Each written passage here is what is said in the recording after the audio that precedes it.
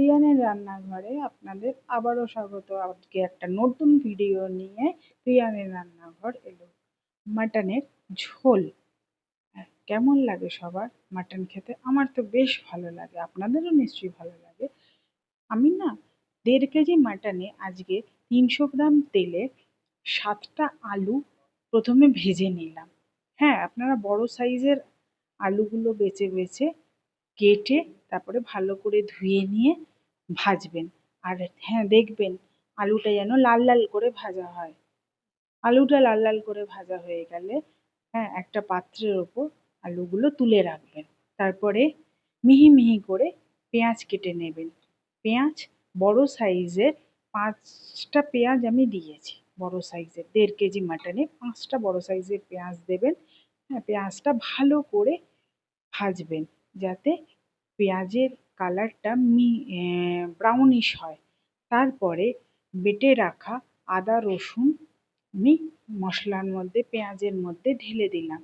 তারপরে মশলাটাকে আরও ভালো করে কষিয়ে নিয়ে 4টে টমেটো কুচি ছোট সাইজের পেঁয়াজের মধ্যে দিয়ে দিলাম। পেঁয়াজটাকে ভালো করে নাড়াচাড়া দিয়ে হ্যাঁ, টমেটোটা দেখতে হবে যাতে ভালো করে গলে যায়।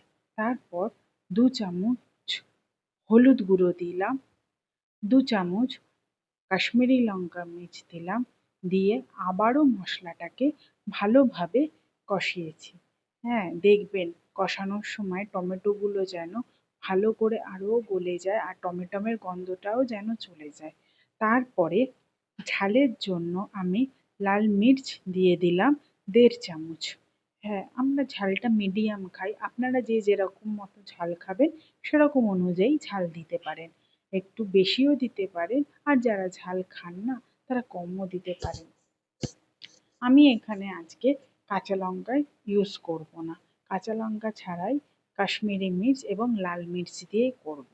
তারপরে ধুয়ে রাখা 1.5 কেজি মাটনটা আমি মশলার মধ্যে ঢেলে দিলাম, দিয়ে ভালো করে কষিয়ে নিয়ে মশলাটা তো কষেই গেছে, মাংসটাকে মশলার মধ্যে দিয়ে ভালো করে কষালাম।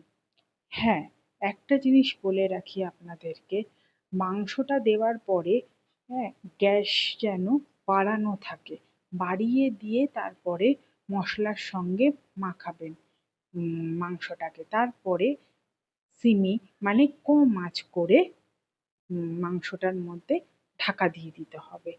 10 মিনিট বাদে আবারও ঢাকা খুলে মাংসটাকে ভালোভাবে নাড়াচাড়া দিতে হবে। হ্যাঁ, দেখবেন প্রতিটা মাংসের মধ্যে যেন মশলা সম পরিমাণে ঢুকে যায়। তারপরে আরও ভালোভাবে নিচ থেকে মাংসটাকে নাড়াতে হবে, কেননা অনেকে হ্যাঁ, বড় গ্যাসে বসালে মশলাটা লেগে যাওয়ার ধারণা থাকে, তাতে মশলাটা লেগে যাবে না নিচে। আপনারা তারপরে পরিমাণ মতন নুন দেবেন, নুন দিয়ে আরও ভালো করে কষাতে হবে। ভালোভাবে কষাতে কষাতে দেখবেন মাংস থেকে এবং মশলা থেকে তেল ছেড়ে এসছে।